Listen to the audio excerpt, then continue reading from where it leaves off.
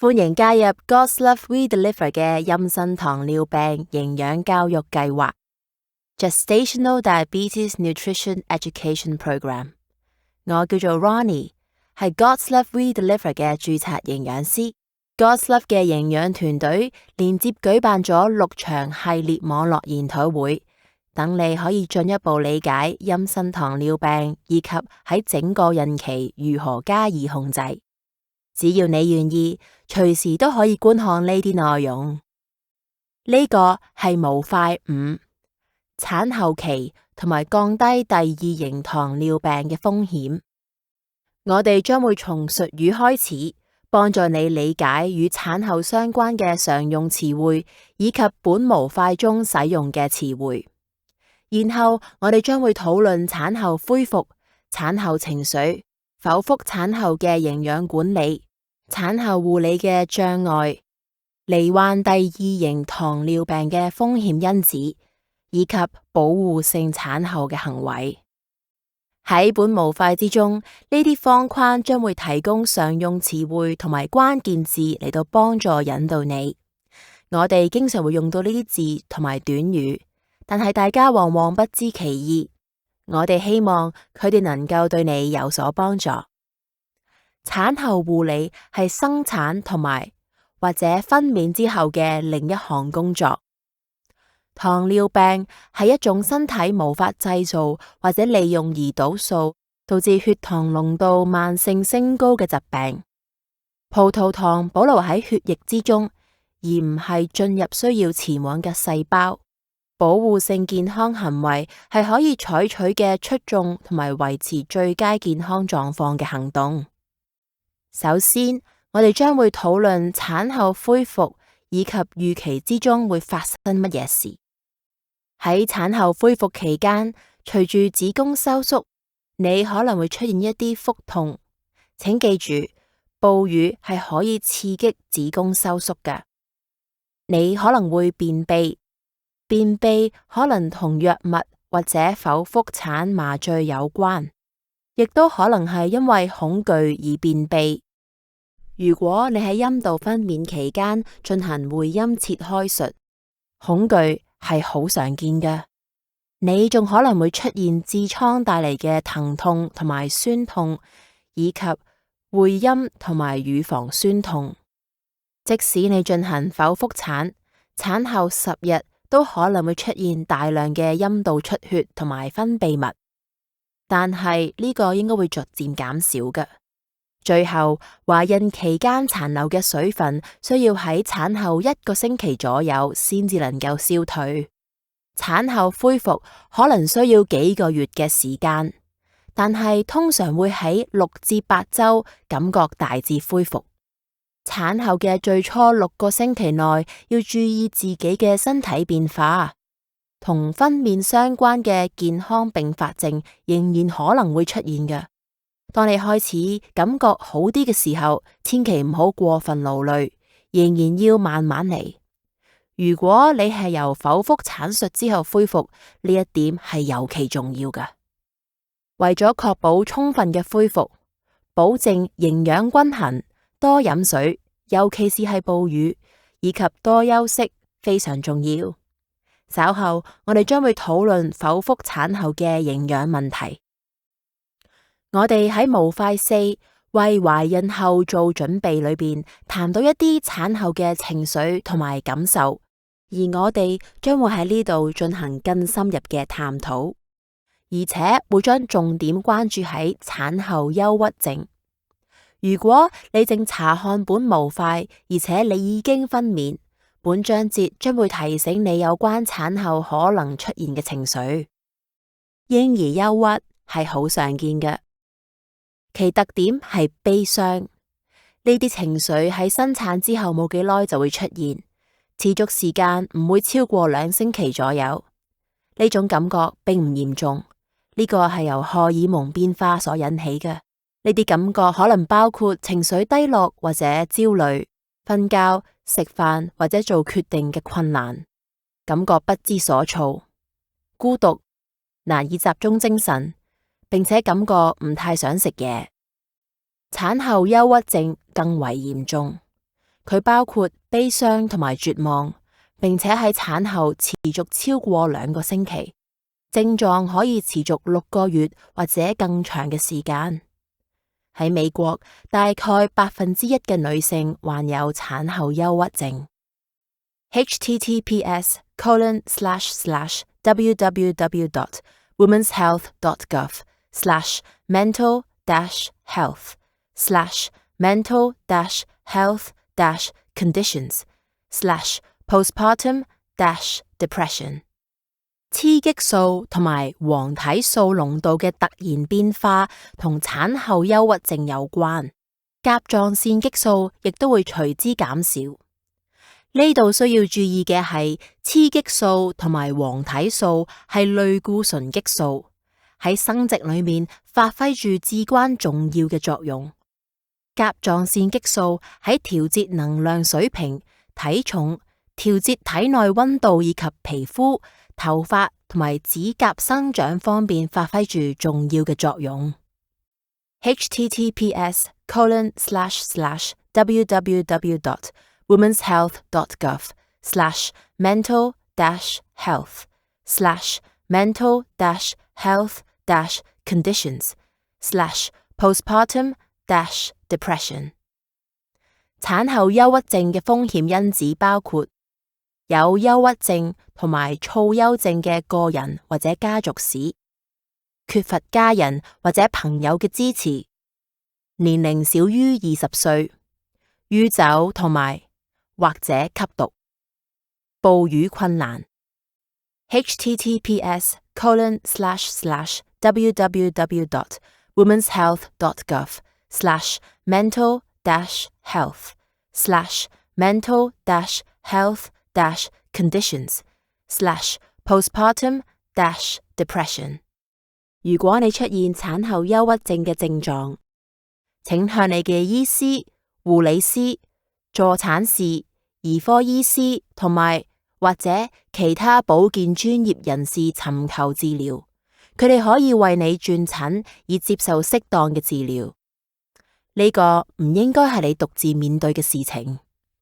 接住落嚟，我哋會講下剖腹產後嘅營養管理。首先，我哋嚟定義一下剖腹產。佢通常會被稱為 C-section。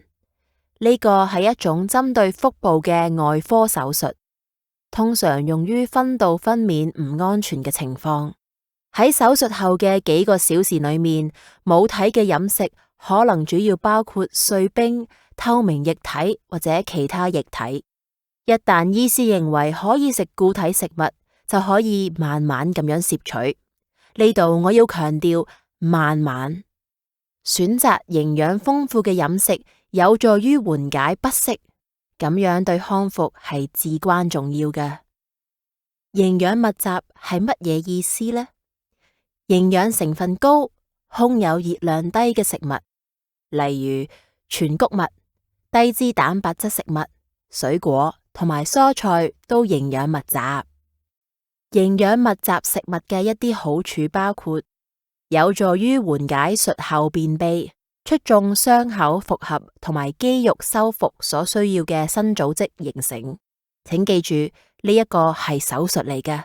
攝取足夠嘅液體有助於防止脫水，有助於喺大手術後補充血液儲備量，有助於你喺恢復期間保持精力充沛。以下係剖腹產後飲食需要注意嘅一啲關鍵營養素。鐵，佢可以幫助你嘅身體產生血紅素，呢個係補充血液儲備量所需要維他命 A 同 C， 幫助身體修復組織。呢個係傷口復合所需嘅，而且維他命 C 仲可以幫助身體吸收鐵質，呢個係補充血液所需要嘅。鎂、銅同鋅亦都有助於身體修復傷口愈合所需要嘅組織。以下係人體需要嘅一啲其他營養素。纖維可以幫助緩解通常同剖腹產相關嘅便秘。需要蛋白質嚟到促進新組織嘅生長，幫助傷口愈合同埋肌肉自我修復。仲有水分，水分對於防止脫水同埋緩解便秘非常重要，對於哺乳嘅母親嚟講尤其重要。而家我哋嚟傾下確診妊娠糖尿病之後尋求產後護理嘅一啲障礙啊。一般建議喺產後4至12個星期進行口服葡萄糖耐量測試。患妊娠糖尿病 GDM 之後嘅10年內早發第2型糖尿病嘅風險好高，但係可以預防嘅。然而，大多數女性喺患妊娠糖尿病之後，並冇檢查產後嘅血糖檢測，或者有效咁樣轉診至初級保健機構進行持續監測。大多數患有妊娠糖尿病嘅女性冇接受糖尿病嘅前期檢測，並喺產後幾年內繼續發展為第2型糖尿病。事實證明，要求產後女性喺成為人母之後承擔種種責任期間改變生活方式，係先前介入措施之中嘅重大挑戰。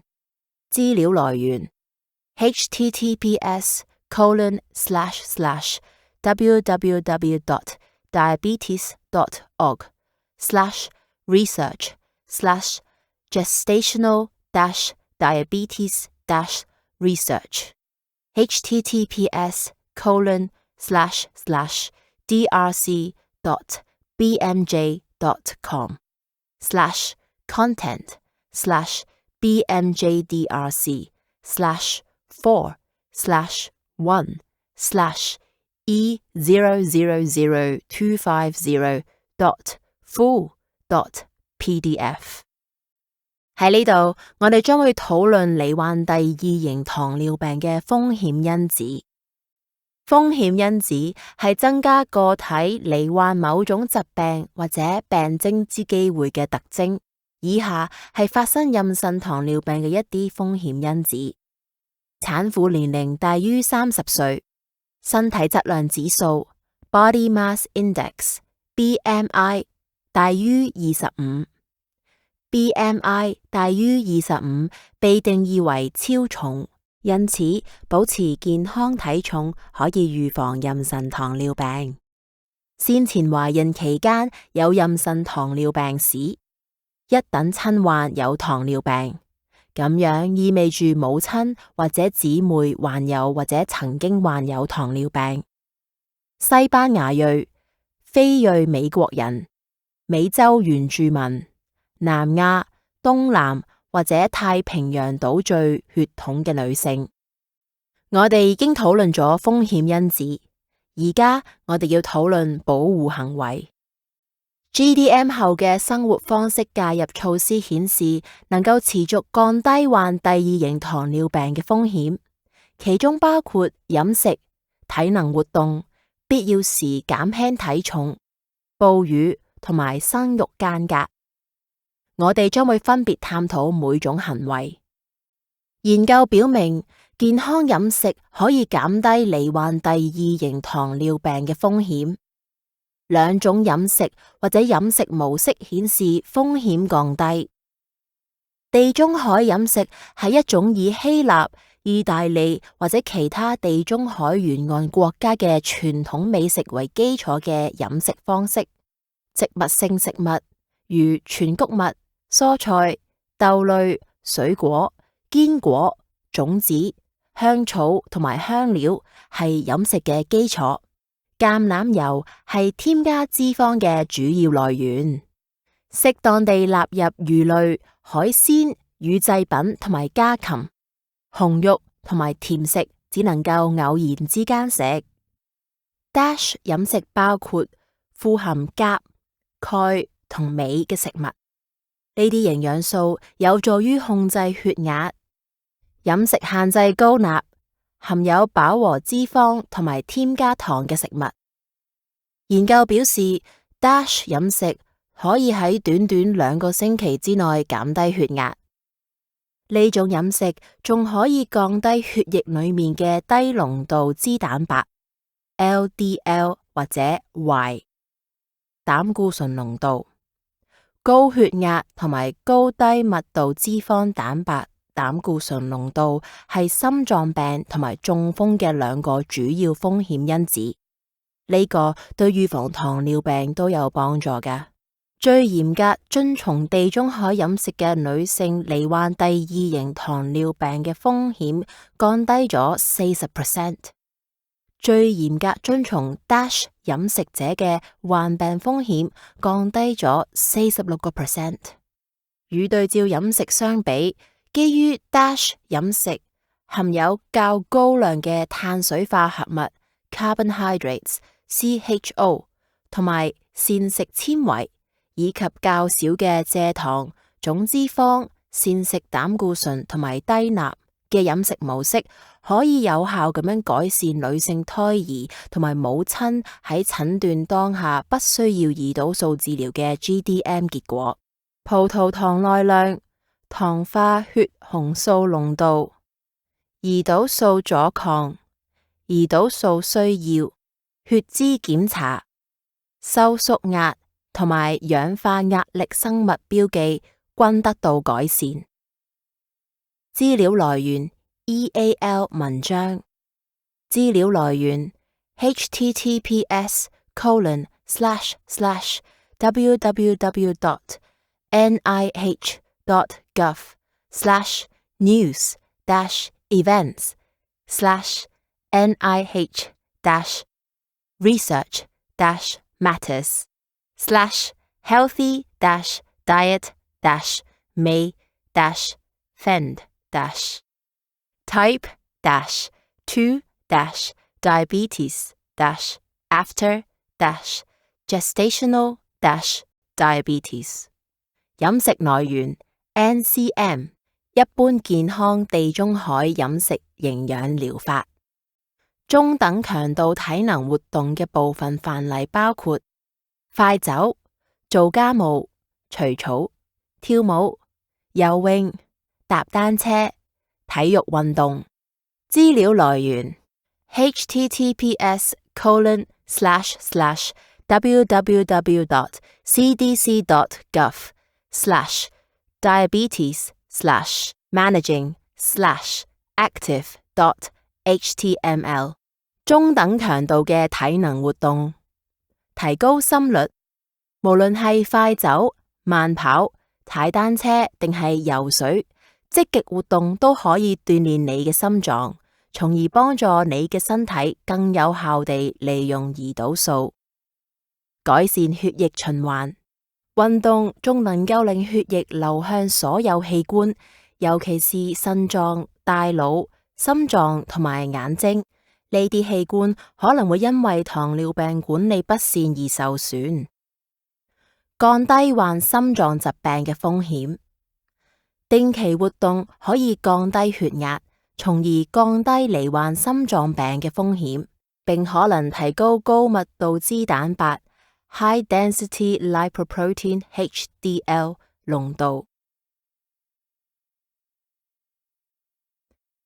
減輕壓力。壓力會增加罹患糖尿病嘅風險，而且對於糖尿病患者嚟講，壓力會令到佢哋更加難以控制病情。降低血糖同埋 A1C。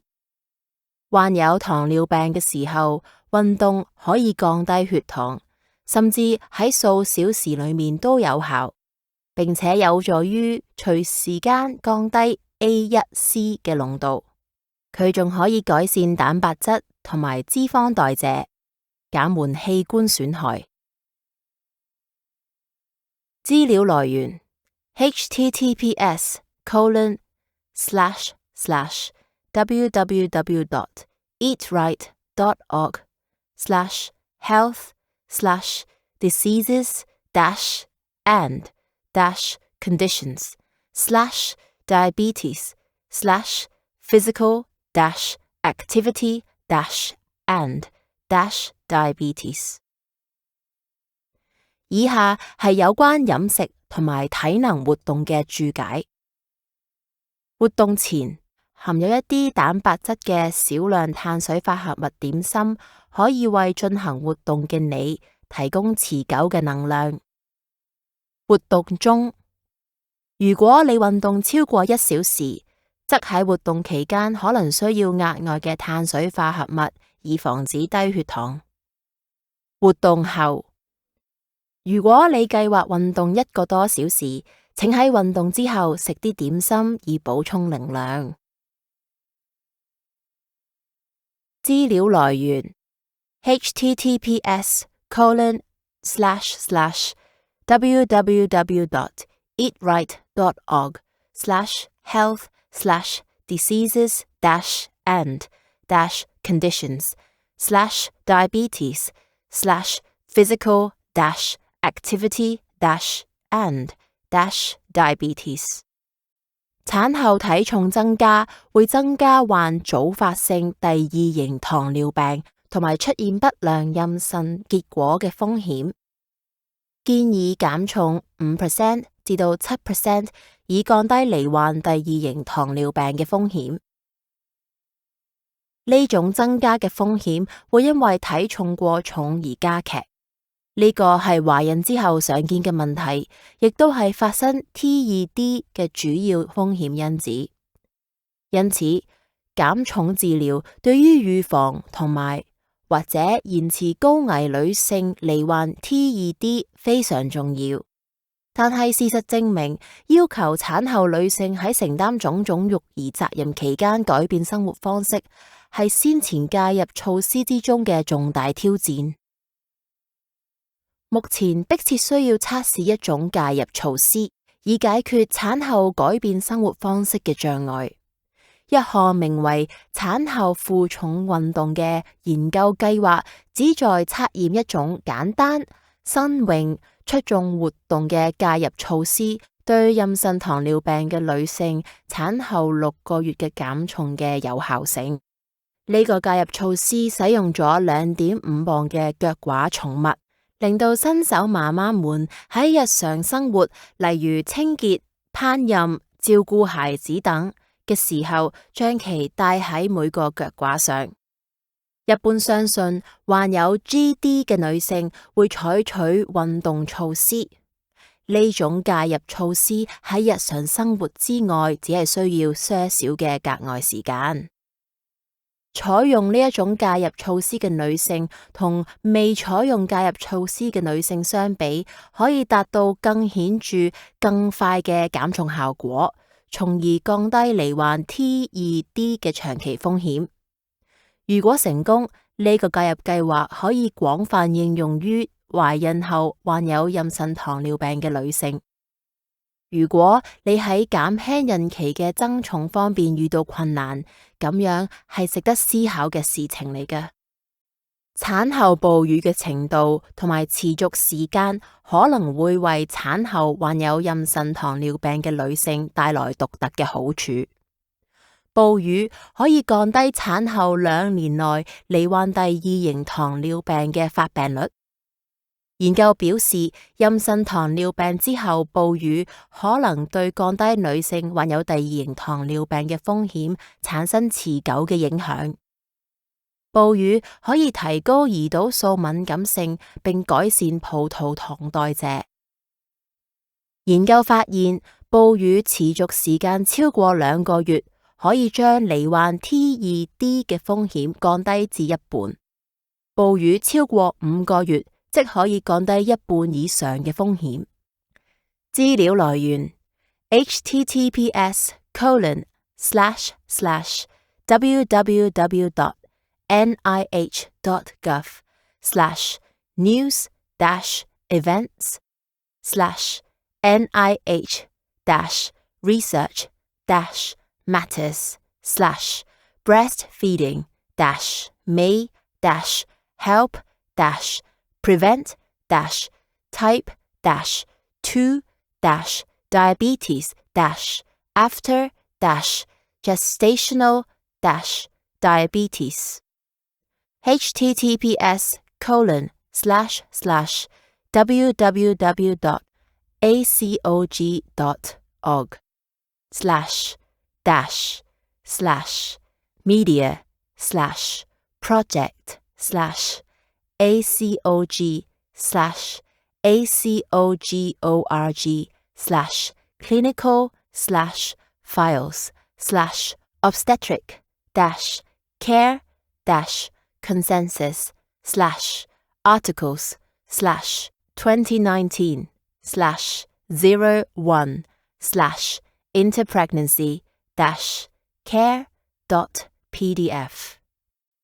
生育間隔提供咗足夠嘅時間嚟到優化母嬰喺隨後懷孕期間嘅健康。較短嘅生育間隔會降低產後減重同埋相關體重增加嘅可能性，從而增加患第二型糖尿病嘅風險。